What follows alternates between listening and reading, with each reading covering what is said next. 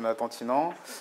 Moi, je suis un ancien joueur de foot professionnel, formé à Grenoble. Et du coup, j'ai arrêté ma carrière aujourd'hui alors que j'ai que 33 ans. Mais du coup, voilà, j'ai préparé ma reconversion avec Academy. J'ai été professionnel pendant 12 ans. J'ai eu un parcours, on va dire, classique. Mais j'ai eu la chance de jouer au très haut niveau très vite. À 20 ans, voilà, je jouais en première division. J'ai eu la chance de jouer à la Ligue des Champions.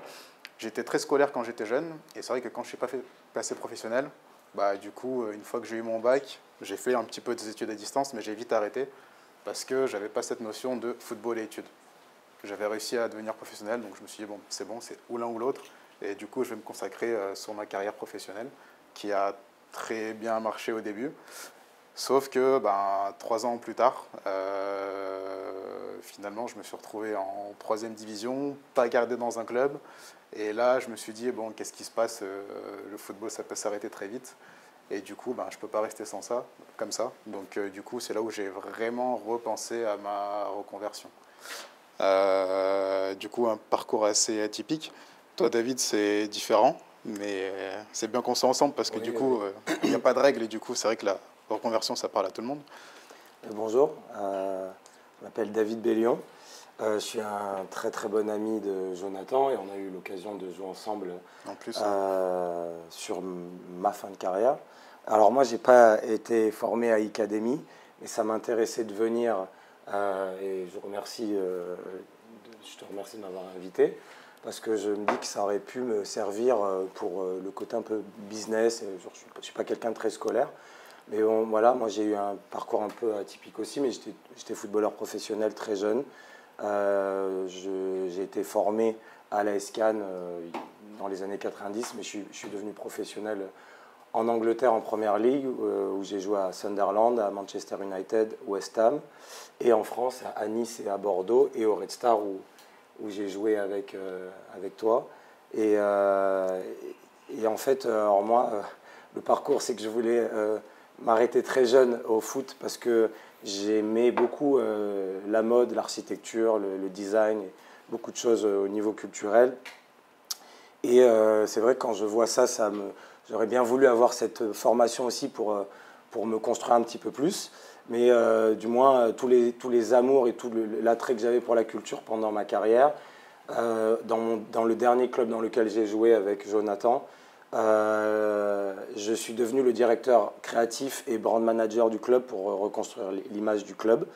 Et à partir de ça, qui a été il y a eu un succès assez rapide, j'ai monté mon agence créative qui est 360, où on fait de l'achat d'art, de la production, du casting, de la DA, et en même temps j'ai monté un magazine qui s'appelle Sport Études, mais sans S,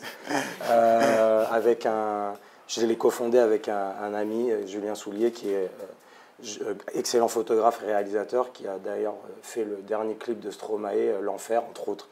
Et donc voilà, mais j'ai eu mon bac, mais après, je n'étais pas quelqu'un de scolaire. Et puis pendant notre carrière, c'est vrai qu'on a eu quand même la chance d'avoir l'UNFP qui nous accompagnait, mais bon, j'entendais ton discours, Anne-Laure, sur Michael Robin, qui était assez intéressant de savoir que, bon, moi je ne suis pas quelqu'un de nature inquiète, mais je sais que en général, même à ce niveau-là, il y a quand même quelque chose de l'après-carrière où peu importe ce qu'on gagne, ça ne me touchait pas moi, mais je voyais que beaucoup de joueurs n'avaient pas d'amour particulier ou de passion sur quelque chose. Donc vite, on ne sait pas trop où aller. Donc très très facilement, on essaie de rester dans le milieu par journalisme, commentateur, parce qu'on ne sait pas ce qu'on... Beaucoup de joueurs de football ne savent pas ce qu'ils veulent. Et notamment par rapport à ce que j'entendais aussi du salaire moyen entre du handball ou du football, je pense que la difficulté dans le football, du basketball, pardon, la difficulté dans le football, c'est que très jeune, les salaires sont tellement élevés et indécents qu'on ne se pose pas la question de l'après-carrière, de savoir ce qu'on veut faire, parce qu'on se dit qu'on a le temps de voir venir, qu'on est un peu des cyborgs qui on va pas se casser la jambe. Donc, il y a tout un truc qui fait aussi que si peut-être qu'on gagnait largement moins, je pense que ça serait aussi bon pour la santé mentale, d'ailleurs, on pourrait se dire, tiens, je pense que si je gagne ce salaire qui est très très bien dans notre vie, dans la vie d'un humain, je pense qu'on peut très vite regarder un secteur ou des écoles comme ça pour dire tiens, à 30 ans, 35 ans, j'en sais rien, quand on arrête, ça serait bien de faire une formation. Et donc je pense qu'aussi, très jeune, très vite, on rentre dans un bain, genre dans une arène où on n'est peut-être pas encore prêt psychologiquement, parce qu'on est ouais, puis on a l'impression d'occulter le reste aussi. Exactement. On est un peu dans notre bulle sportive, ouais.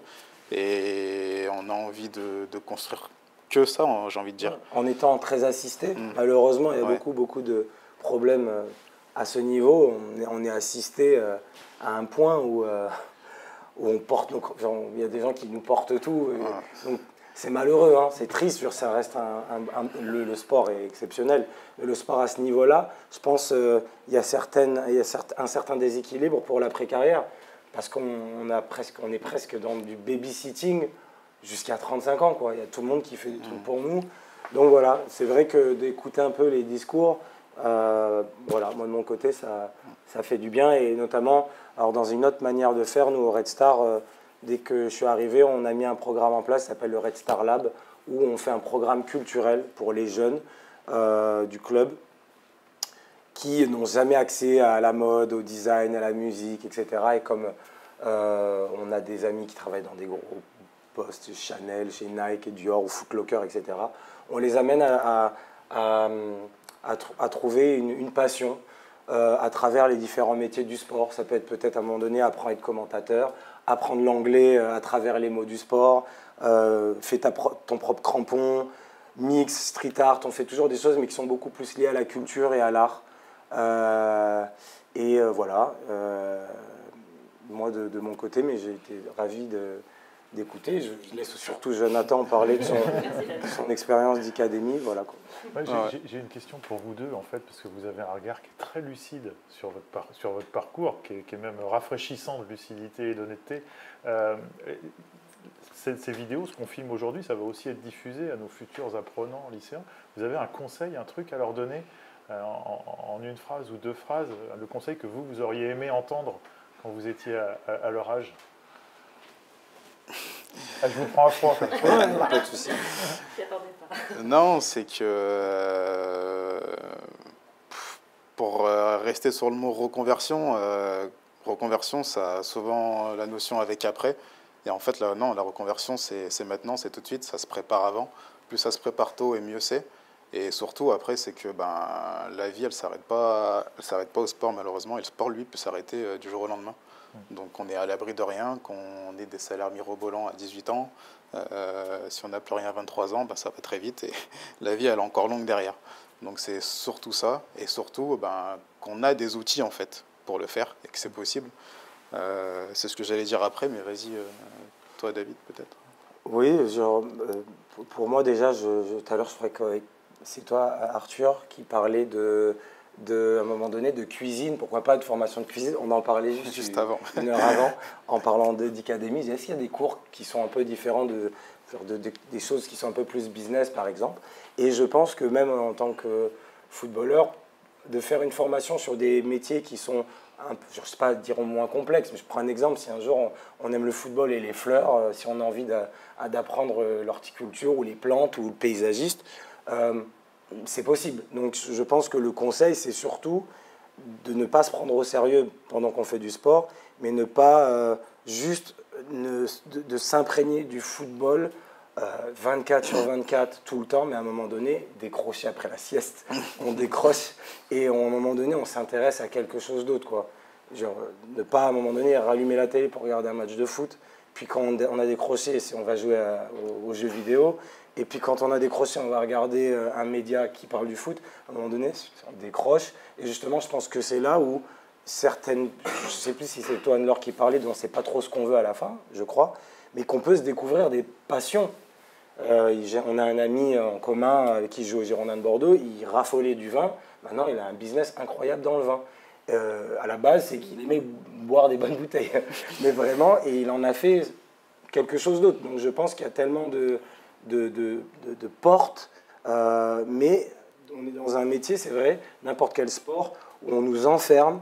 On peut s'enfermer très vite aussi, mais on nous enferme, on est dans une bulle où de parler d'autre chose, peut être très très délicat, où on a l'impression de passer pour quelqu'un qui n'est pas sérieux dans son métier. Et je pense que pour moi, le conseil, c'est non. Si à un moment donné, on aime autre chose, on arrête à un moment donné le foot et dans l'autre partie de sa journée, on regarde autre chose, un bon film, un documentaire sur Arte, un autre journal, une histoire politique, quelque chose d'autre, pour à un moment donné se construire aussi bien sur la performance sportive et de nourrir son esprit pour peut-être aimer un autre métier pour plus tard. C'est la découverte du reste, de s'ouvrir un peu sur les autres, sur le monde et sur d'autres facettes aussi de d'autres métiers qui ne sont pas forcément liés au sport. Tu peux nous expliquer ton parcours? Ouais, du coup, voilà, donc je je suis venu pour ça aussi, pour témoigner aussi en tant qu'étudiant académie. Pour revenir un peu sur mon parcours, moi à 25 ans, j'ai failli arrêter le football. Comme je vous ai dit, voilà, j'ai eu tout assez tôt, assez jeune. Et lorsque le football a failli s'arrêter pour moi, bah là, je me suis dit, bon, voilà, qu'est-ce que je fais, qu'est-ce qui se passe? Je ne peux pas rester comme ça. Donc, on a la chance d'avoir un syndicat, nous, au football, l'UNFP. Donc là, je me suis tourné vers eux, je leur ai dit, bon, bah, les gars, le football, c'est pas tout. Moi, j'ai envie de faire autre chose après. Comment ça se passe? Comment vous pouvez m'aider? Comment vous pouvez m'accompagner là-dessus, sur ce projet-là? On a fait des réunions, on a fait des bilans de compétences. On a regardé ce que j'aimais pas faire. Moi, j'étais passionné de digital, de réseaux sociaux, et j'aimais beaucoup aussi tout ce qui est web. Donc du coup, suite à ça, suite à cette bilan de compétences, l'UNFP m'a présenté les organismes avec lesquels il travaillait, dont Academy. Donc là, du coup, ben, je me suis mis à feuilleter un peu naviguer sur le site internet de Academy, regarder un peu toutes les formations que vous proposiez. Et puis, du coup, j'ai des formations qui m'ont tapé dans l'œil. Donc, c'est là que j'ai commencé à discuter avec toi, Karine. Je me retrouve aussi dans ce que tu as dit, parce que c'est vrai que c'est toi, Anne-Laure, qui en a parlé tout à l'heure, que par rapport à notre parcours sportif, eh ben, vous vous adaptez par rapport à notre nombre d'années qu'on a fait durant notre carrière. Moi, du coup, en suivant, du coup, en naviguant sur votre site internet, je me suis dit, bon, voilà, je suis passionné par le digital. Plus tard, j'aimerais bien faire un métier aussi que je puisse faire de n'importe où parce que j'aime bien le voyage aussi. Donc, du coup, je me suis tourné vers le développement web. Donc, le diplôme que vous voyez là, le bachelor développeur multimédia. Alors, je l'ai mis en deuxième parce que c'est un diplôme qui, du coup, n'acceptait que les bac+3 à la base. Donc du coup, là, en discutant avec Karine, elle m'a redemandé un peu ce que je voulais faire, mon profil et tout. Donc moi, je lui ai dit que ouais, c'était vraiment la création de site internet, mais que j'aimais aussi le suivi, la communication digitale et tout ce qui va avec la communication digitale d'une entreprise. Et là, elle me dit, bah, écoute, il y a une autre aussi formation qui, elle, accepte, tu peux rentrer tout de suite et tu peux obtenir un bac+2, c'est la formation de bachelor marketing et management du web. Donc du coup, je me suis dit, ben, c'est le... Ouais, +3. Mais du coup, donc là, je me suis dit, c'est le combo parfait. Donc du coup, je vais faire les choses dans l'autre sens. Je vais d'abord faire ce diplôme avec lequel, lui, je peux rentrer tout de suite, pour faire le bachelor de développeur multimédia ensuite. Donc du coup, c'est ce qui s'est passé. Dans mon esprit, ça a changé aussi, parce qu'à ce moment-là, du coup, quand j'ai repris mes études, eh ben, je me suis focalisé là-dessus. Et je me suis dit, mes études, c'est ma priorité. Et c'est sur ça que je vais me concentrer, sans arrêter le foot aussi. Mais quand j'ai eu des propositions d'autres clubs, donc mes agents, ma famille étaient au courant et surtout ils m'ont soutenu, donc j'ai eu la chance aussi d'être bien entouré. Mais quand le club d'Amiens, par exemple, m'a appelé, je leur ai dit, ok, oui, je veux bien signer chez vous. Par contre, j'ai repris mes études. J'ai des diplômes à passer 2 fois par an, donc c'était une semaine sur Paris à chaque fois. J'ai des études en distanciel à faire, donc par contre, j'y dérogerai pas, j'ai un stage aussi à faire. Donc si vous me prenez, c'est avec, mais pas sans. Et en fait, là aussi encore, j'ai eu de la chance parce que du coup, ils m'ont beaucoup soutenu dans ce projet. Ils m'ont accompagné, ils m'ont dit, t'inquiète pas, on soutiendra, on t'aidera, on t'empêchera pas d'aller passer tes partiels. Et ils ont tenu parole, ils m'ont permis même de faire mon stage au club.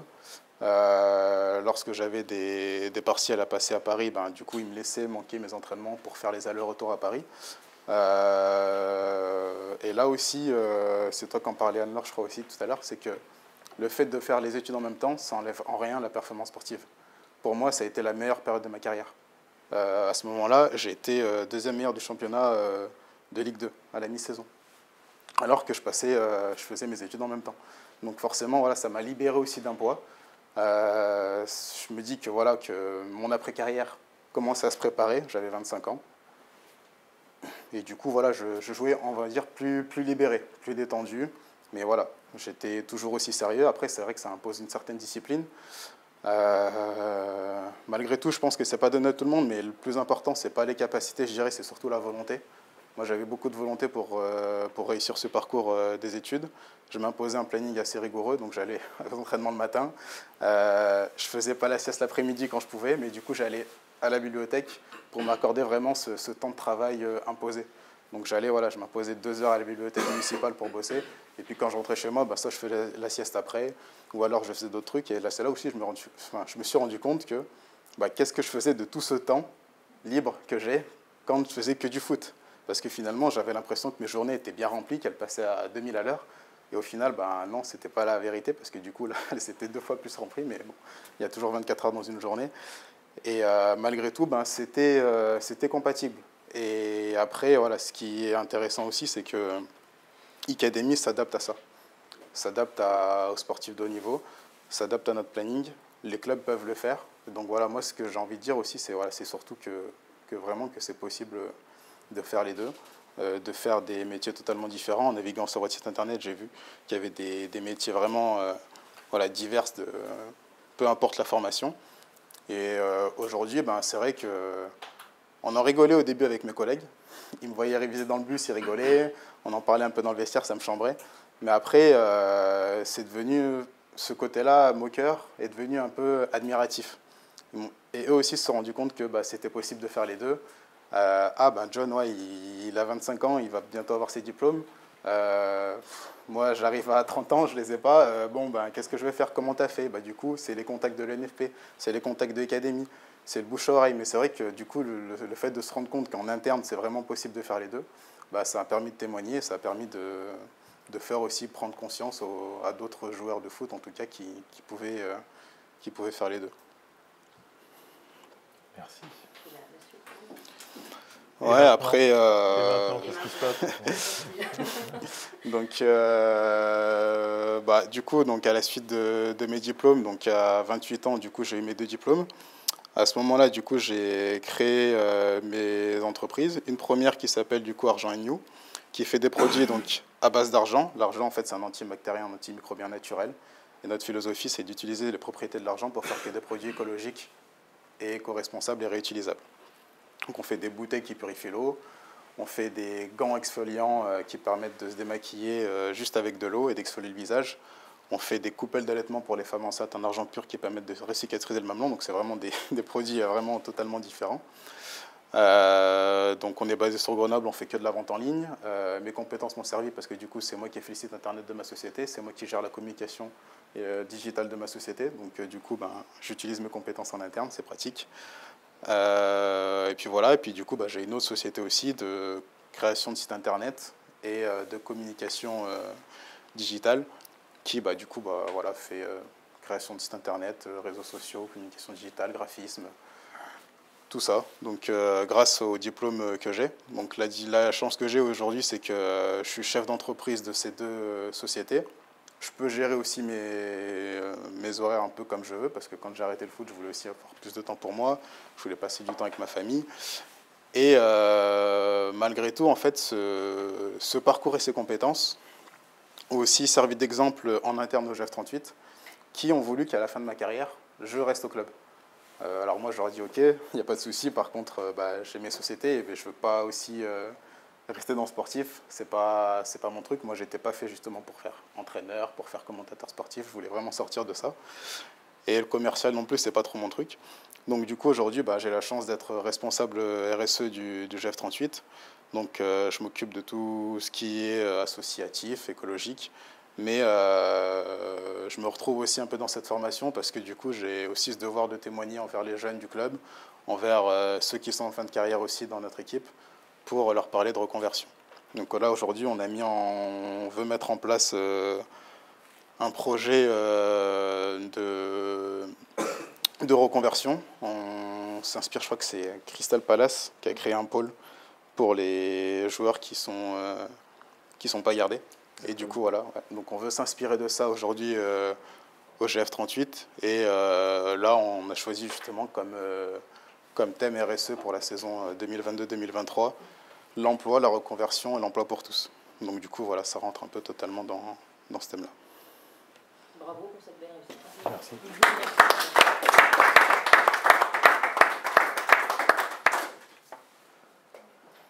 Ouais, je sais pas si vous avez des questions. Moi, j'ai juste une remarque.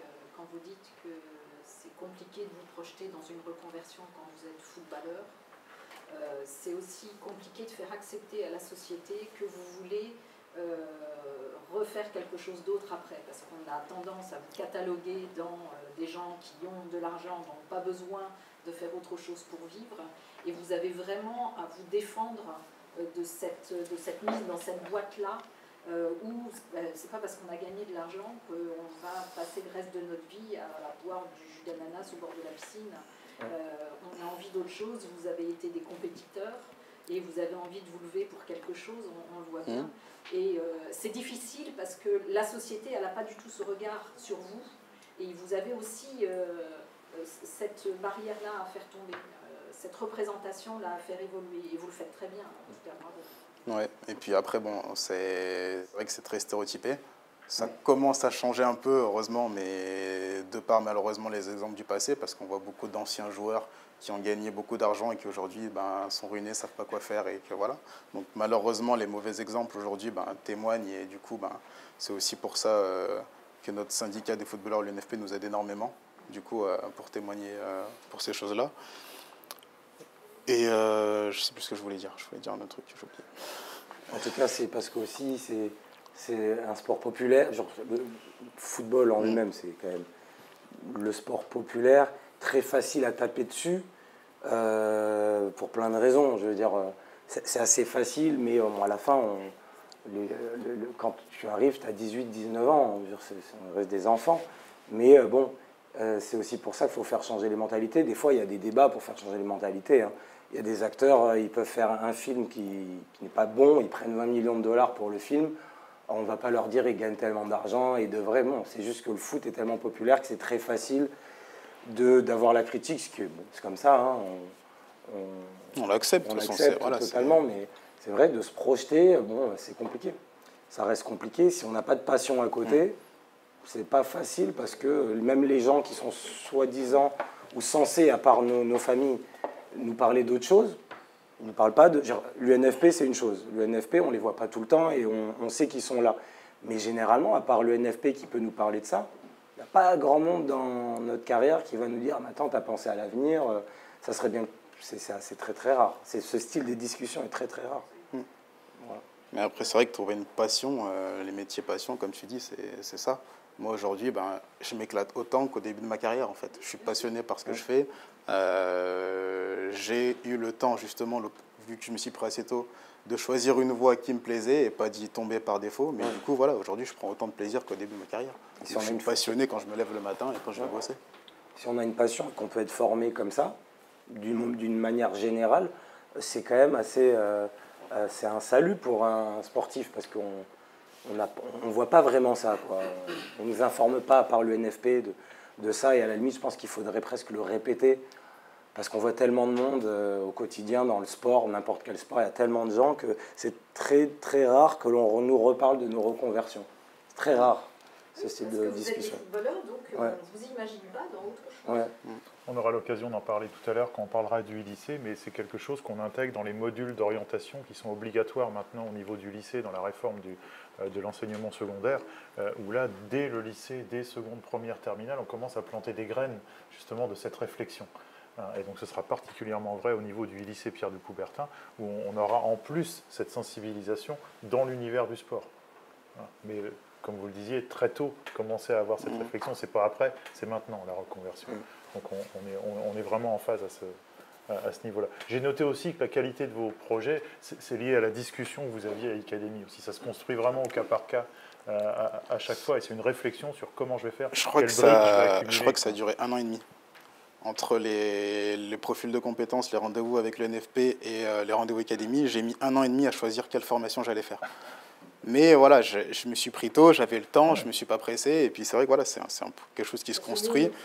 Exactement. Et aujourd'hui, ben, on voit que voilà, j'ai réussi à trouver à faire quelque chose que j'aime et qui me passionne. Mais ça, voilà, on a pris le temps de le faire, on a été bien accompagnés par ces deux organismes.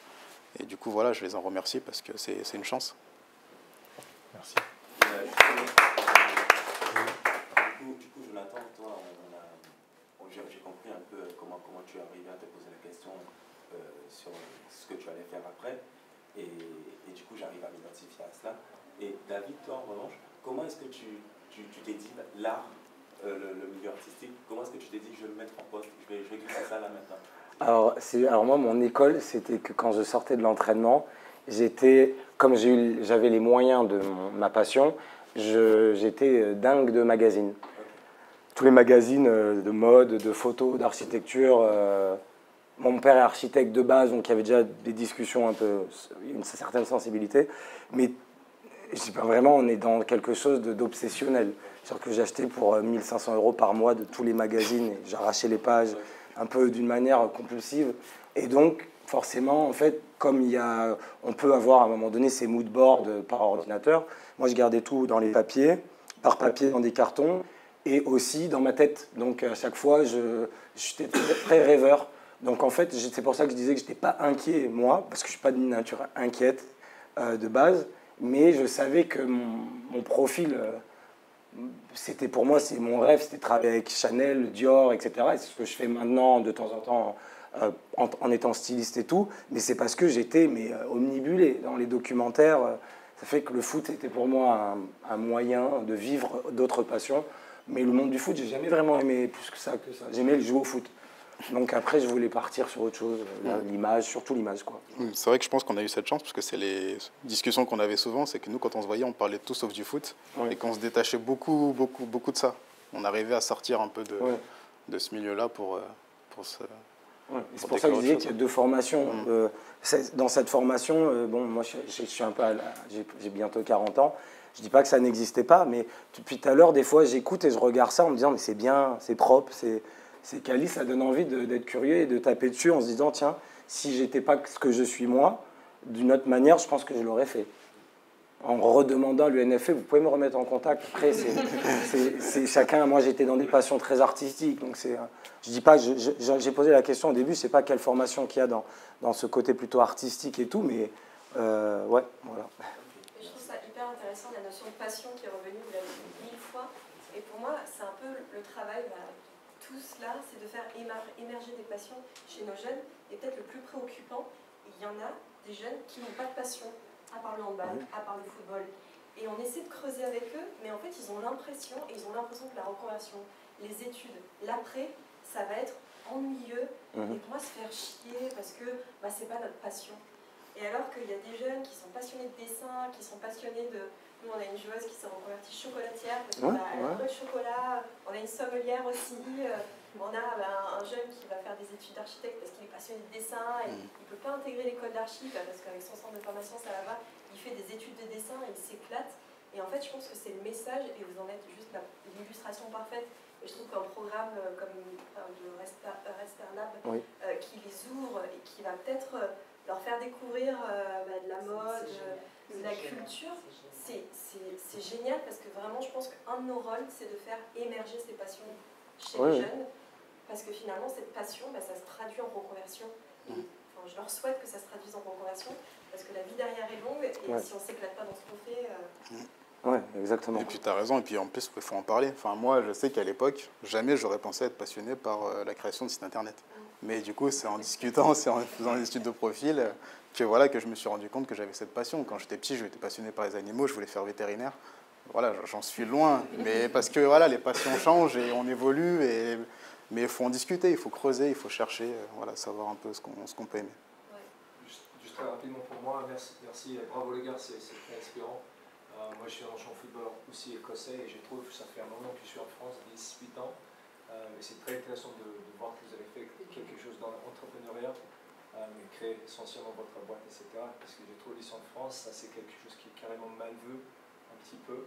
La recherche de créer quelque chose pour entraîner l'argent et essayer de gagner votre vie à travers votre passion.